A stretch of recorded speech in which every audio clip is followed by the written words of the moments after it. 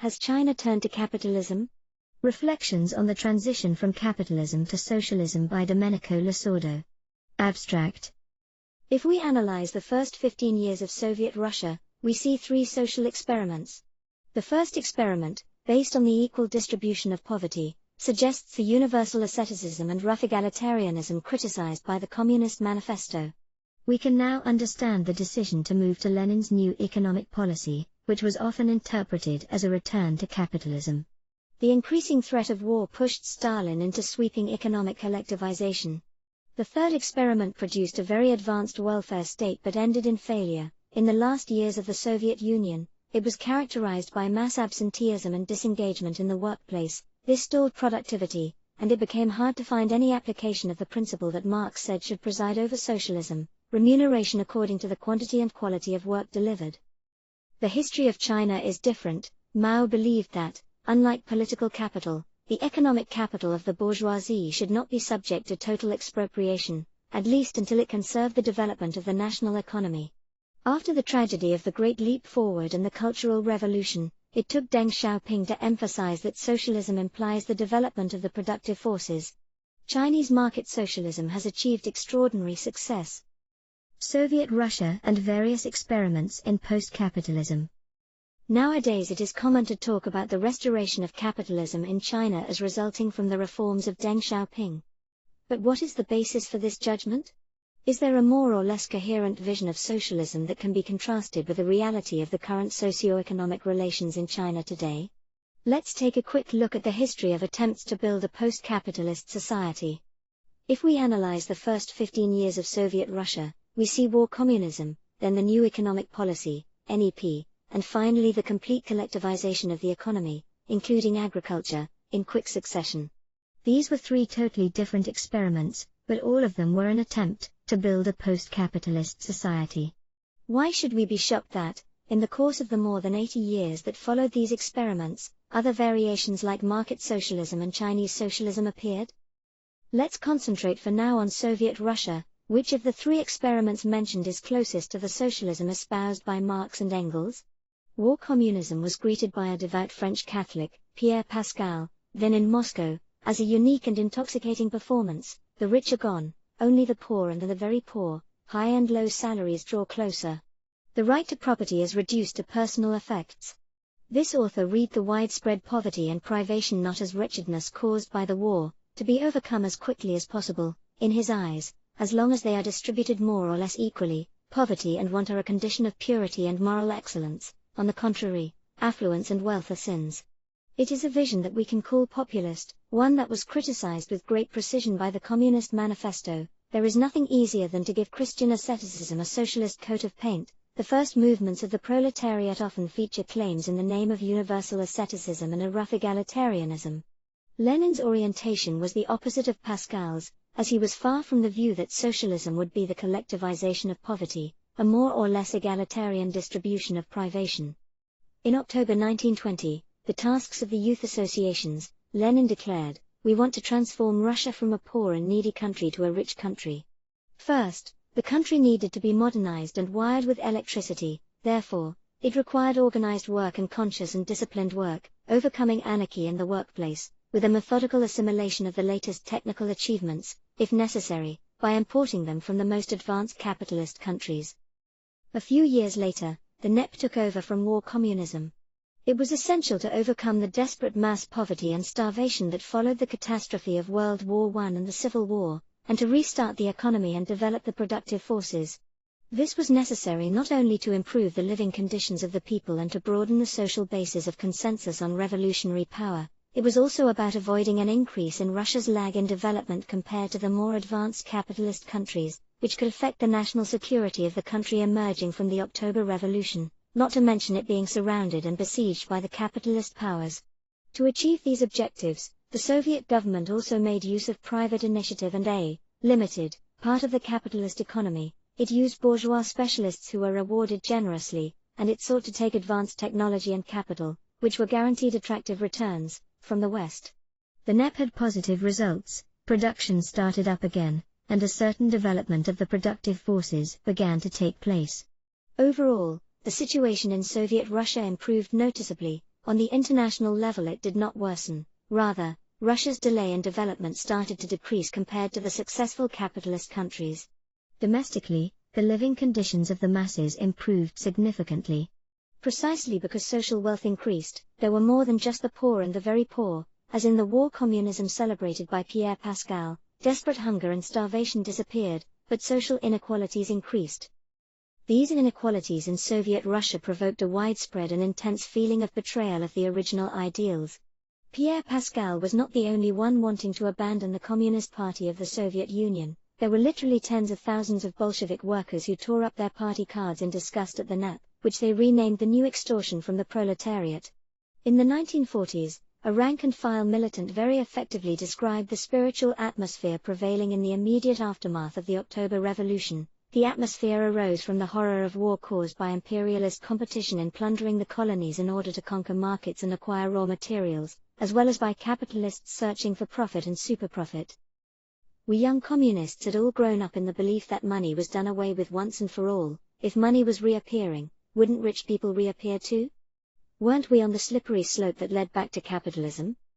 Therefore, one can understand the scandal and a persistent feeling of repugnance for the market and the commodity economy at the introduction of the NEP. It was above all the growing danger of war that caused the abandonment of the NEP and the removal of every trace of the private economy.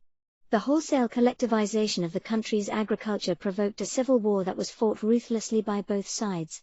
And yet, after this horrible tragedy, the Soviet economy seemed to proceed marvelously. The rapid development of modern industry was interwoven with the construction of a welfare state that guaranteed the economic and social rights of citizens in a way that was unprecedented.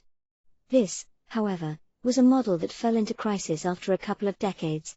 With the transition from great historical crisis to a more normal period, peaceful coexistence, the masses' enthusiasm and commitment to production and work weakened and then disappeared. In the last years of its existence, the Soviet Union was characterized by massive absenteeism and disengagement in the workplace. Not only did production development stagnate, but there was no longer any application of the principle that Marx said drove socialism: remuneration according to the quantity and quality of work delivered. You could say that during the final stage of Soviet society, the dialectic of capitalist society that Marx described in The Poverty of Philosophy had been overturned. While inside the modern factory the division of labor is meticulously regulated by the authority of the entrepreneur, modern society has no other rule or authority to distribute the work, except for free competition. One can also determine, as a general principle, that the less the authority presides over the division of labor inside the society, the more the division of labor develops inside of the factory, and it is placed under the authority of just one person. Thus the authorities in the factory and in society, in relation to the division of labor, are inversely related to each other. In the last years of the Soviet Union, the tight control exercised by the political powers over civil society coincided with a substantial amount of anarchy in workplaces. It was the reversal of the dialectic of capitalist society, but the overthrow of the capitalist society's dialectic was not socialism and, therefore, it produced a weak economic order unable to resist the ideological and political offensives of the capitalist imperialist world. The peculiarity of the Chinese experience. China's history is different. Although the Communist Party of China seized power at the national level in 1949, 20 years earlier it had already started to exercise its power in one region or another, regions whose size and population were comparable to those of a small or medium-sized European country. For much of these 85 years in power, China, partly or totally ruled by the Communists, was characterized by the coexistence of different forms of economy and property. This was how Edgar Snow described the situation in the late 1930s in the liberated areas. To guarantee success at these tasks it was necessary for the Reds, even from the earliest days, to begin some kind of economic construction. Soviet economy in the Northwest was a curious mixture of private capitalism, state capitalism, and primitive socialism. Private enterprise and industry were permitted and encouraged, and private transactions dealing in the land and its products were allowed with restrictions. At the same time the state owned and exploited enterprises such as oil wells, salt wells, and coal mines, and it traded in cattle, hides, salt, wool, cotton, paper, and other raw materials. But it did not establish a monopoly in these articles, and in all of them private enterprises could, and to some extent did, compete. A third kind of economy was created by the establishment of cooperatives, in which the government and the masses participated as partners, competing not only with private capitalism but also with state capitalism. This picture is confirmed by a modern historian, in Yan'an, the city where Mao Zedong directed the struggle against Japanese imperialism and promoted the construction of a new China. The Communist Party of China did not pretend to control the whole of the base area's economy. It rather supervised a significant private economy, which also included large private landholdings. In an essay in January 1940, on the New Democracy, Mao Zedong clarified the meaning of the revolution taking place at that time. Although such a revolution in a colonial and semi-colonial country is still fundamentally bourgeois democratic in its social character during its first stage or first step, and although its objective mission is to clear the path for the development of capitalism, it is no longer a revolution of the old type led by the bourgeoisie with the aim of establishing a capitalist society and a state under bourgeois dictatorship. It belongs to the new type of revolution led by the proletariat with the aim, in the first stage, of establishing a new democratic society and a state under the joint dictatorship of all the revolutionary classes. Thus this revolution actually serves the purpose of clearing a still wider path for the development of socialism. This was a model characterized, at the economic level, by the coexistence of different forms of ownership, at the level of political power, by a dictatorship exercised by the revolutionary classes as well as the leadership of the Communist Party of China. It is a pattern confirmed 17 years later, although in the meantime the People's Republic of China was founded. In a speech on January 18, 1957, talks at a conference of secretaries of provincial, municipal and autonomous regions party committees. As for the charge that our urban policy has deviated to the right, this seems to be the case, as we have undertaken to provide for the capitalists and pay them a fixed rate of interest for a period of 7 years. What is to be done after the 7 years? That is to be decided according to the circumstances prevailing then. It is better to leave the matter open, that is, to go on giving them a certain amount in fixed interest. At this small cost we are buying over this class. By buying over this class, we have deprived them of their political capital and kept their mouths shut, thus political capital will not be in their hands but in ours. We must deprive them of every bit of their political capital, and continue to do so until not one jot is left to them. Therefore, neither can our urban policy be said to have deviated to the right. It is, therefore, a matter of distinguishing between the economic expropriation and the political expropriation of the bourgeoisie. Only the latter should be carried out to the end, while the former, if not contained within clear limits, risks undermining the development of the productive forces. Unlike political capital, the bourgeoisie's economic capital should not be subject to total expropriation, at least as long as it serves the development of the national economy and thus, indirectly, the cause of socialism. After taking off in the second half of the 1920s, this model revealed a remarkable continuity and offered great economic vitality before 1949 to the liberated areas governed by the Communists and then the People's Republic of China as a whole. The dramatic moment of breakthrough came with the Great Leap Forward of 1958-59 and with the Cultural Revolution unleashed in 1966. The coexistence of different forms of ownership and the use of material incentives were radically thrown on the table. There was an illusion of accelerating economic development through calls for mass mobilization and mass enthusiasm, but this approach and these attempts failed miserably. Moreover, the struggle of everyone against everyone heightened the anarchy in factories and production sites. The anarchy was so widespread and deep-rooted that it did not disappear immediately with the reforms introduced by Deng Xiaoping. For some time, customs continued in the public sector as described by a witness and Western scholar. Even the last attendant, if he wants to, can decide to do nothing, stay home for a year or two and still receive his salary at the end of the month. The culture of laziness also infected the expanding private sector of the economy. The former employees of the state arrive late, then they read the newspaper, go to the canteen a half-hour early, leave the office an hour early, and they were often absent for family reasons, for example, because my wife is sick. And the executives and technicians who tried to introduce discipline and efficiency into the workplace were forced to face not only resistance and the moral outrage of the employees, who considered it infamy to impose a fine on an absent worker caring for his wife, but sometimes even threats and violence from below. Thus, there was a paradox. After distinguishing itself for decades for its peculiar history and its commitment to stimulating production through competition not only between individuals but also between different forms of ownership, the China that arose from the Cultural Revolution resembled the Soviet Union to an extraordinary degree in its last years of existence. the socialist principle of compensation based on the amount and quality of work delivered was substantially liquidated, and disaffection, disengagement, absenteeism and anarchy reigned in the workplace. Before being ousted from power, the Gang of Four attempted to justify the economic stagnation, debating the populist reason for a socialism that is poor but beautiful, the populist socialism that in the early years of Soviet Russia was dear to Pierre Pascal, the fervent Catholic whom we already know. Then populism became the target of Deng Xiaoping's criticism. He called on the Marxists to realize that poverty is not socialism, that socialism means eliminating poverty. He wanted one thing to be absolutely clear: unless you are developing the productive forces and raising people's living standards, you cannot say you are building socialism. No, there can be no communism with pauperism, or socialism with pauperism. So to get rich is no sin. Deng Xiaoping had the historic merit of understanding that socialism had nothing to do with the more or less egalitarian distribution of poverty and privation. In the eyes of Marx and Engels, socialism was superior to capitalism not only because it ensured a more equitable distribution of resources but also, and especially, because it ensured a faster and more equal development of social wealth, and to achieve this goal, socialism stimulated competition by affirming and putting into practice the principle of remuneration according to the quantity and quality of work delivered. Deng Xiaoping's reforms reintroduced in China the model that we already know, although giving it new coherence and radicalism. The fact remains that the coexistence of different forms of ownership was counterbalanced by strict state control directed by the Communist Party of China.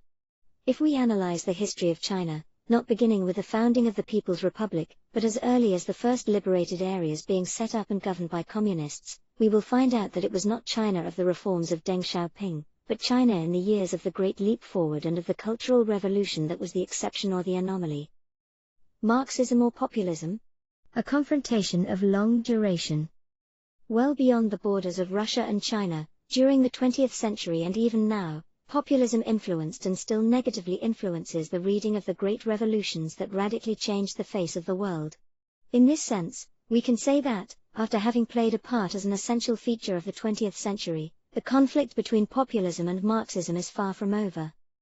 Pascal condemned the abandonment of war communism, or the society in which there are only the poor and the very poor, and that is precisely why it was free of the tensions and rifts caused by inequality and social polarization.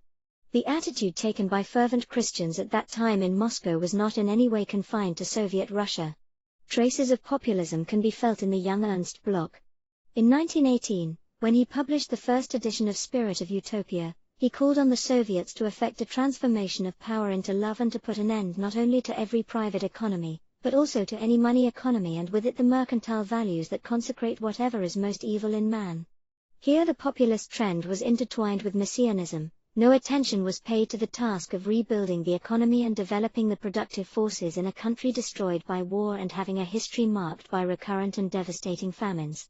The horror at the carnage of World War I stimulated the dream of a community that is satisfied with the scarce material resources available and that only in this circumstance, freed from worrying about wealth and power, can people live shielded from the money economy and instead live in love.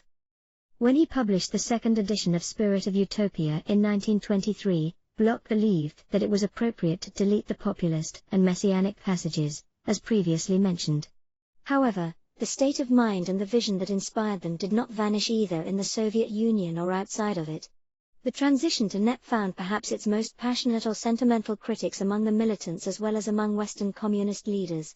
As for them, in the political report he presented to the 11th Congress of the Communist Party held on March 27, 1922, Lenin sarcastically wrote, "Seeing that we were withdrawing, some of them scattered, childishly and shamefully, even with tears, as happened at the last large session of the Executive Committee of the International Communist Party. Motivated by the best communist sentiments and the most ardent communist aspirations, some friends burst into tears."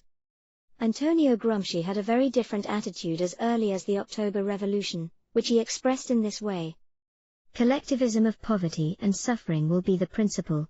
But those very conditions of poverty and suffering would be inherited from a bourgeois regime. Capitalism could not immediately do more than collectivism did in Russia. Today, it would do even less, because it would have immediately run afoul of an unhappy, frantic proletariat, now unable to bear for others to endure the pain and bitterness that the economic hardship would have brought, The suffering that will come after peace will be tolerated only because the workers feel that it is their will and their determination to work to suppress it as quickly as possible. In this context, the war communism about to prevail in Soviet Russia was at the same time legitimized tactically and delegitimized strategically, legitimized immediately and delegitimized with an eye to the future. The collectivism of poverty and suffering is justified by the specific conditions prevailing in Russia at the time. Capitalism would not be able to do anything better. It was understood, however, that the privation had to be overcome as quickly as possible. Precisely for this reason, Gramsci had no difficulty in recognizing himself in the NEP, the meaning of which he made sharply clear in his October 1926 stance. The reality of the Soviet Union put us in the presence of a phenomenon never before seen in history. A politically dominant class as a whole finds itself in living conditions inferior to certain elements and strata of the politically dominated and dependent class. The masses of people who continued to suffer a life of hardship were confused by the spectacle of the Eneatman dressed in fur who has at his disposal all the goods of the earth. And yet this should not constitute grounds for a scandal or feelings of repugnance, because the proletariat, as it cannot gain power, also cannot even keep power if it is not capable of sacrificing individual and immediate interests to the general and permanent interests of the class. Those who read the NEP as synonymous with a return to capitalism committed two serious errors, ignoring the issue of the fight against mass poverty and thus the development of the productive forces. They also wrongly identified the economically privileged class and the politically dominant class. A reading of the NEP not unlike that seen in Gramsci came from another great intellectual of the 20th century. He was Walter Benjamin, who, after returning from a trip to Moscow in 1927, summed up his impressions. In a capitalist society, power and money have become of equal dimension. Any given amount of money can be converted into a well-defined portion of power, and the exchange value of all power is a calculable entity. The Soviet state has interrupted this osmosis of money and power. The party, of course, reserves power for itself. It does, however, leave the money to the Eneatman. The latter, however, underwent a terrible social isolation. For Benjamin, too, there was no correspondence between economic wealth and political power. The NEP had nothing to do with the restoration of bourgeois and capitalist power. Soviet Russia could not help but engage in the reconstruction of the economy and the development of the productive forces. The task was made more difficult by the persistence of customs that were not suited to a modern industrial society. In Moscow, Benjamin was a direct witness to a very instructive display. Not even in the Russian capital is there, in spite of all the rationalization, a sense of the value of time. The TRUD, the Trade Union Institute of Work, by means of wall posters, waged a campaign for punctuality. Time is money. To give credence to such a strange rallying cry, they had to draw on Lenin's authority in the posters. So, this mentality is foreign to Russians. Their playful instinct prevails over everything. If, for example, a movie scene is being shot in the street, they forget where they are going and why. They queue up behind the crew for hours and arrive at work befuddled. Pascal also witnessed the developments in Soviet Russia, forming an opinion of strong condemnation. Now in Moscow and in the rest of the country, everything revolved around the question of whether industrialization must be a little faster or a little slower, around the problem of how to get the necessary money. The consequences of this new approach, which put aside every revolutionary purpose, were devastating. Yes, on the material level we approach Americanization, a great development of national wealth, but at what cost? The docile mass became a slave to it, to its work, to its exploitation. It produces, there is an economic recovery, but the revolution is well buried. The great Austrian writer Joseph Roth, not involved in the communist movement, reached the same conclusions. When visiting the land of the Soviets between September 1926 and January 1927, he expressed his disappointment at the Americanization in progress. They despise America, meaning big soulless capitalism, the country where gold is God. But they admire America, meaning progress, the electric iron, the hygiene and the waterworks. In conclusion, this is a modern Russia, technically advanced, with American ambitions. This is no longer Russia. The spiritual void had opened in a country that initially aroused many hopes. The popular inspiration for these positions was obvious, as expressions of betrayal of the original revolutionary inspiration and of a drift toward a Philistine and vulgar worldview. They pointed to the desire to improve living conditions and the pursuit of comfort, or of a minimum of comfort. As Pascal did, Roth also expressed his distaste for the Americanization underway. These were the years in which the Bolsheviks engaged in the reconstruction and development of the economy to try to learn from the most advanced capitalist countries and the United States in particular. In March and April 1918, the immediate tasks of Soviet power, Lenin noted that compared to workers in the most advanced nations, the Russian is a bad worker, therefore, he must learn to work, assimilating critically the rich scientific achievements of the Taylor system developed and implemented in the North American Republic. On the same wavelength, Bukharin proclaimed in 1923, "We need to add Americanism to Marxism." The following year, Stalin made a significant appeal to the Bolshevik cadres: if they really wanted to be at the height of principles of Leninism, they should try to weave Russian revolutionary impulses with the practical American approach.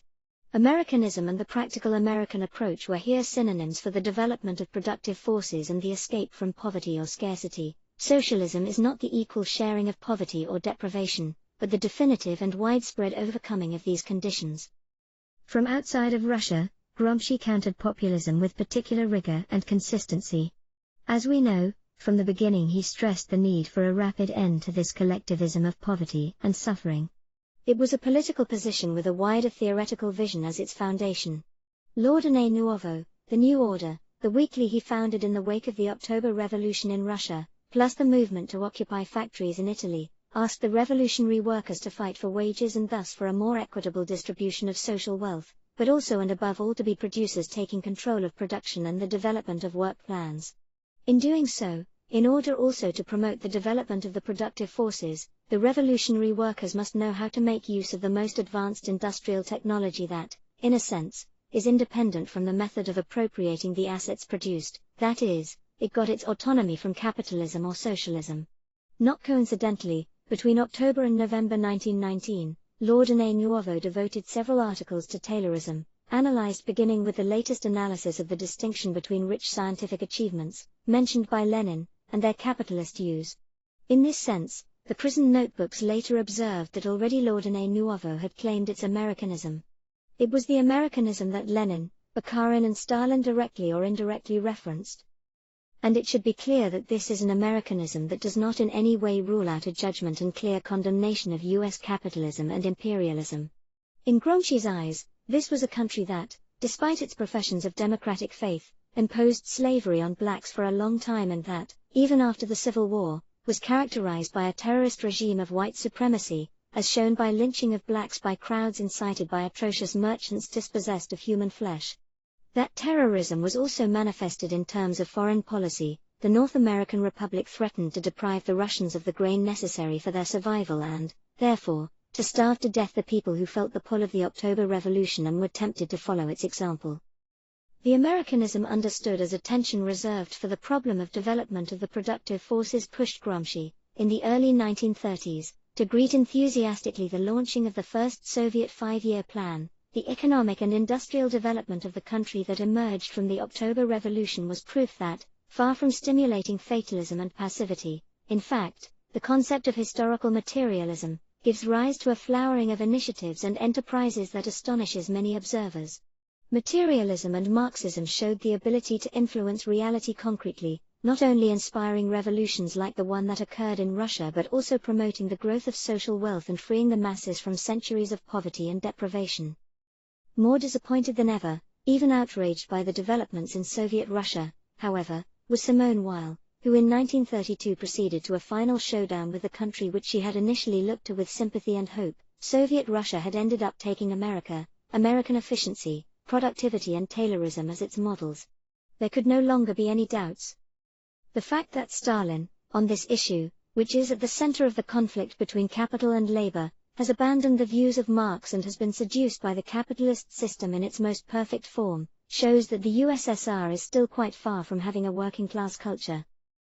In fact, the position taken here had nothing to do with Marx and Engels. According to the Communist Manifesto, capitalism is destined to be overcome because, after developing the productive forces with unprecedented scope and speed, it became an obstacle to their further development, as confirmed by the recurrent crises of overproduction.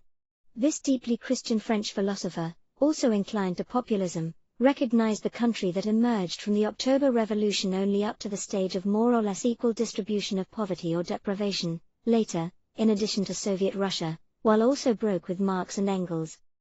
Global inequality and inequality in China. Populism continues to make its presence felt more than ever in the dismissive judgment that the Western left passes on today's China. It is true that the reforms introduced by Deng Xiaoping spurred an economic boom unprecedented in history, with hundreds and thousands of millions of people liberated from poverty, but this is basically irrelevant for the populists. Did the elimination of desperate and mass poverty happen at the same time as the worsening inequality? The answer to that question is less obvious than it may appear at first glance. Throughout history, the communist parties have won power only in countries that are relatively undeveloped economically and technologically. For this reason, they had to fight against not one but two types of inequality. 1. Inequality existing on a global scale between the most and least developed countries, and 2. The inequality existing within each individual country. Only if we take into account both sides of the struggle can we adequately take stock of policy reform. With regard to the first type of inequality, there are no doubts. Internationally, global inequality is leveling out sharply. Yes, China is gradually catching up to the most advanced Western capitalist countries. It is a turning point. In the last years of the 20th century, a prominent American political scientist noted that if the process of industrialization and modernization that started with Deng Xiaoping is to be successful, China's emergence as a major power will dwarf any comparable phenomena during the last half of the second millennium. About 15 years later, again with reference to the prodigious development of this great Asian country, a no less illustrious British historian noted, "What we are living through now is the end of 500 years of Western predominance." The two authors cited here share the same, emphatic, view of timing. About 5 centuries ago, the discovery/conquest of America took place. In other words, the extraordinarily rapid rise of China is ending or promises to end the Columbian epoch, a period characterized by extreme inequality in international relations. The distinct lead held by the West in economics, technology and military might has allowed it to subdue and plunder the rest of the world for centuries. The fight against global inequality is part of the struggle against colonialism and neo-colonialism. Mao understood this well and, in a speech given on September 16, 1949, the bankruptcy of the idealist conception of history, warned that Washington wants China reduced to relying on U.S. flour, in other words, to become a U.S. colony. In fact, the newly founded People's Republic of China became the target of a deadly embargo imposed by the United States. Its objectives are clear from studies done by the Truman administration and the confessions and statements of its leaders. It started from the premise that the type of measure that could defeat and oust the communist government is economic rather than military or political. And so, they needed to ensure that China suffered or continued to suffer the scourge of a general standard of living around and below the subsistence level. Washington felt committed to causing economic backwardness and cultural lag and leading a country of desperate needs to a catastrophic economic situation, toward disaster and collapse. At the White House, one president succeeds another, but the embargo remains, and it is so ruthless as to include medicines, tractors and fertilizers. In short, in the early 1960s, a collaborator of the Kennedy administration, Walt W. Rostow, pointed out that, because of this policy, the economic development of China was delayed for at least tens of years. There is no doubt, Deng Xiaoping's reforms greatly stimulated the fight against global inequality and thus placed the economic, and political, independence of China on a solid footing. High technology is no longer a monopoly of the West, either. Now we see the prospect of overcoming the international division of labor, which for centuries has subjected people outside the West to a servile or semi-servile condition or relegated them in the bottom of the labor market. It is thus outlining a worldwide revolution that the Western left does not seem to be noticing.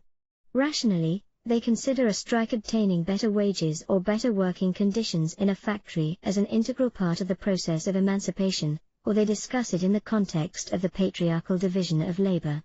It is very strange, then, that the struggle to end the oppressive international division of labor that was established through armed force during the Columbian epoch is considered something alien to the process of emancipation. In any case, those who condemn China today as a whole due to its inequalities would do well to consider that Deng Xiaoping also promoted his reform policies as a part of the fight against planetary inequality. In a conversation on October 10, 1978, he noted that the technology gap was expanding compared to more advanced countries. These were developing with tremendous speed, while China could not keep up in any way. And, 10 years later, High technology is advancing at a tremendous pace, so that there was a risk that the gap between China and other countries will grow wider. Quantitative and qualitative inequality. Drawing attention to the importance of global inequality does not mean losing sight of the second type of inequality. So, what is happening with China's existing inequality? Have the reforms introduced by Deng Xiaoping escalated it to an intolerable point? Before answering these questions, we should make a preliminary observation. Both the Soviet NEP and the new Chinese course were preceded by poverty and shortages acute and widespread enough to cause large-scale starvation. This situation had to be ended and a repetition had to be prevented, and this marked the turning point within Soviet Russia and China. But how is inequality fought in such a desperate economic situation? In the quantitative sense, the distribution of the scarce available resources can be inspired by emphasizing egalitarianism, so as to try to feed individuals, families and villages uniformly. However, the overall inadequacy of the available resources does not change, nor does the differing degree of need. The weakest individuals succumb more easily than the others. In such conditions, starvation can be contained but not eliminated. Well, the piece of bread that allows the most fortunate to survive, as modest and reduced in terms of quantity as it may be, nevertheless sanctions an absolute inequality in terms of quality, the absolute inequality that exists between life and death. In other words, when scarcity reaches an extreme level, the struggle against inequality can only be tackled effectively by focusing on the development of the productive forces. That is, even with regard to the second type of inequality, the inequality within a single country, Deng Xiaoping's reforms eliminated once and for all the absolute qualitative inequality inherent in starvation and the risk of starvation. Of course, once this scourge has been ended once and for all, it is time to address the problem of the struggle against quantitative inequality, as well as to achieve what Deng Xiaoping called common prosperity. There is no doubt, the achievement of this goal is still far away. According to the Gini coefficient, which measures income distribution within a single country, social polarization has reached alarming levels in China. We should of course pay close attention to the Gini coefficient, but without overemphasizing its significance. Despite its utility, it has fundamental limitations. Not only does it not distinguish between the two types of inequality, the global and the local, but it also tells us nothing about the underlying trends in local inequality in a given country. The changes that have occurred in recent decades in China might be illustrated with a metaphor. There are two trains running from a station called underdevelopment and heading towards a station called development. One of the two trains is very fast, while the other train is slower. Consequently, the distance between the two increases progressively. This discrepancy can be explained easily if you keep in mind the size of continental China and its tormented history. The coastal regions, which already had infrastructure, albeit elementary, enjoying easier access and the possibility of trade with developed areas, are in a better situation than the traditionally less developed regions that are landlocked and have as neighbors countries and areas marked by economic stagnation. It is clear that the distance between the two trains traveling at different speeds widens, but we should not lose sight of three fundamental points. In the first place, the direction, the development, is the same. Second, today some interior regions are seeing their income grow faster than that of the coastal regions. Third, because of the impressive urbanization process, which pushes the population to the most developed regions and areas, the faster train tends to carry more passengers. Not surprisingly, if we take China as a whole, we see a steady and sizable growth of the middle class, as well as a wider diffusion of social protection and features of the welfare state. However, the implicit warning in the values reported by the Gini coefficient still applies. If not contained in a proper and timely manner, quantitative inequality can also result in social and political destabilization. Wealth and political power, an adversarial relationship. Social and political destabilization can also come from another front. How long will the new rich continue to accept a situation in which they can quietly enjoy their economic wealth, accumulated legitimately, but cannot turn it into political power? Mao was aware of this problem. In 1958, he responded to criticism from the Soviet Union regarding the persistence of capitalist areas in the Chinese economy by saying, "There are still capitalists in China, but the state is under the leadership of the Communist Party." Almost 30 years later, to be exact, in August 1985, Deng Xiaoping made a remark we should ponder. Perhaps Lenin had a good idea when he adopted the new economic policy. Here is an indirect comparison between the Soviet NEP and the reform policies adopted by Deng Xiaoping in China. It is obvious what the two have in common. Total political expropriation of the bourgeoisie does not equal total economic expropriation. Of course, there are also differences. The NEP involved a very small part of the private economy, and was primarily intended as a temporary retreat. In other words, what was driving the Soviet NEP was the need to find some way out of an economically hopeless situation. There was no comprehensive reflection on which economic model to pursue. Not surprisingly, according to Benjamin's testimony, which we have already seen, the rich NEP man, who was also expected to contribute to developing the productive forces, was facing a terrible social isolation. The policy adopted by Deng Xiaoping, on the other hand, leaves behind a clear historic toll. Experience has shown that the totally collectivist economy erases all material incentives and motives for competition, paving the way, as previously seen, for mass disaffection and absenteeism. Moreover, the populism that saw wealth and gain as such a sin hindered the development of entrepreneurship and technological innovation. While initiating his policies of reform and openness, Deng was aware of their inherent risks. In October 1978, he cautioned, "We shall not allow a new bourgeoisie to take shape." This goal is not contradicted by tolerance granted to individual capitalists. Of course, they must be given much consideration. However, one point is constant: the struggle against these individuals is different from the struggle of one class against another, which occurred in the past. These individuals cannot form a cohesive and overt class. Although there are residues of the old class struggle, on the whole, with the strengthening of the revolution and the Communist Party's power, a new situation was created. Is it possible that a new bourgeoisie will emerge? A handful of bourgeois elements may appear, but they will not form a class, especially as there is a state apparatus that is powerful and able to control them.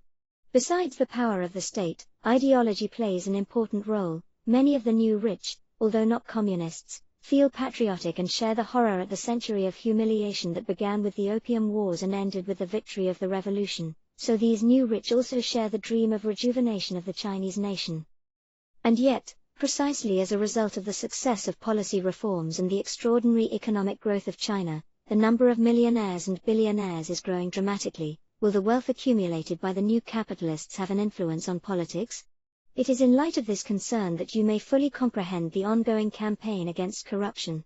The cleanup process does not aim only to consolidate social consensus on the Communist Party of China and the government, it means to implement Deng Xiaoping's recommendation and thus prevent the bourgeois elements from forming a class that is ready to take power. The sights of the West, democratization or plutocratization of China. The capitalists who were established and continue to get established can be a real danger only if they ally themselves with imperialist circles or pro-imperialists committed to achieving a color revolution even in China. Strengthened by their excessive media power, for a very long time the United States has been trying to consolidate their world hegemony in order to impose a democracy on China in the time and manner Washington dictates. In this behavior, the United States shows ignorance of the lessons offered by their own national history and liberalism, that is, from the school of thought that they claim to represent. In 1787, just before the implementation of the federal constitution, Alexander Hamilton explained that limits on power and the establishment of the rule of law had been successful in two insular countries, Great Britain and the United States, thanks to the protection given by the ocean and their geopolitical position shielding them from threats from rival powers.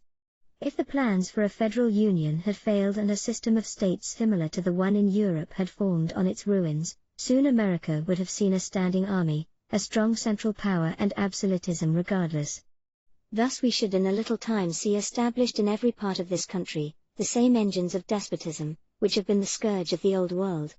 Hamilton ascribed so much weight to geopolitical security in creating a system based on the rule of law that he wrote how if, instead of being an island surrounded and protected by the sea, Britain had been placed on the continent, it would in all probability be at this day a victim to the absolute power of a single man, just like the other European continental powers. On the other hand, according to Hamilton, whenever the preservation of the public peace is threatened either by external attacks or by internal convulsions, even a country like the United States, which also enjoys an extremely fortunate geopolitical position, is authorized to resort to a strong power without limitations and without constitutional shackles. In fact, even protected by the Atlantic and the Pacific, every time it has felt, whether rightly or wrongly, in danger, the North American Republic has more or less drastically strengthened executive power and more or less heavily restricted freedom of association and expression. This was the case in the years immediately following the French Revolution, when its followers in America were affected by the harsh measures provided by the Alien and Sedition Acts, and during the Civil War, World War I, the Great Depression, World War II, the Cold War, and the situation created by the attack on the Twin Towers. To give an example, what happened to traditional liberal freedoms after the passage, on May 16, 1918, of the Espionage Act? Based on this act, a person could be sentenced to up to 20 years in prison for having expressed any disloyal, profane, scurrilous, or abusive language about the form of government of the United States, or the Constitution of the United States, or the military or naval forces of the United States, or the flag, or the uniform of the Army or Navy of the United States. If the leaders in Washington were really serious about the banner of democracy that never tires of waving, they would seek in some way to reinforce geopolitical peace and a sense of security in the countries they claim to want to see become democratic. At the end of the Cold War, as was calmly acknowledged by a scholar who was an advisor to Vice President Dick Cheney, the lone superpower used its naval and air forces to violate China's airspace and territorial waters with little fear of harassment and interdiction, unscrupulously and with impunity. The great Asian country was powerless at that time. Today, the situation has changed significantly. The United States is, however, still able to control the channels of maritime communications. Therefore, China is already vulnerable to the effects of a naval blockade, and it will become even more so as its economy grows. In fact, its fate could depend on American forbearance. And it is this situation that the United States strives to perpetuate. All this is not conducive to the development of the rule of law. The campaign of the West for the democratization of China is taking place just as many political analysts are forced to see the decline of democracy in the West. A few years before the economic crisis, one could read in the International Herald Tribune that the United States had become a plutocracy. Now the forces of private and corporate wealth have already taken hold of political institutions, while the rest of the population is cut off. Nowadays, on the left as well as among those completely opposed to the Marxist tradition, it is common to read that in the West, and primarily in the United States, plutocracy has taken the place of democracy. We can conclude that the ongoing campaign for the democratization of China is actually a campaign for its plutocratization, to turn in the opposite direction the political expropriation of the bourgeoisie that has taken place since 1949 in the big Asian country. A second campaign, as usual, conducted by Washington and Brussels, requires substantial liquidation of the state-owned sector and the public economy, which play such an important role in the fight against two great inequalities. On the international scene, this sector is making a major contribution to China's technological development, which is increasingly closing the gap with the advanced countries. Internally, the state-owned sector and the public economy reduce inequalities between different regions, accelerating the development of China's less developed regions, which are now growing at a much faster pace than the coastal regions. If this second campaign launched by the West had been successful, the economic expropriation of the bourgeoisie, already reduced, would have been cancelled altogether, so that the bourgeoisie could enormously increase its influence in society and again pave the way for conquest of political power. It is very clear which weapons will be used to fight in the country that has emerged from the greatest anti-colonial revolution in history to engage in a long-term process of building a post-capitalist and socialist society. Which side will the Western left take?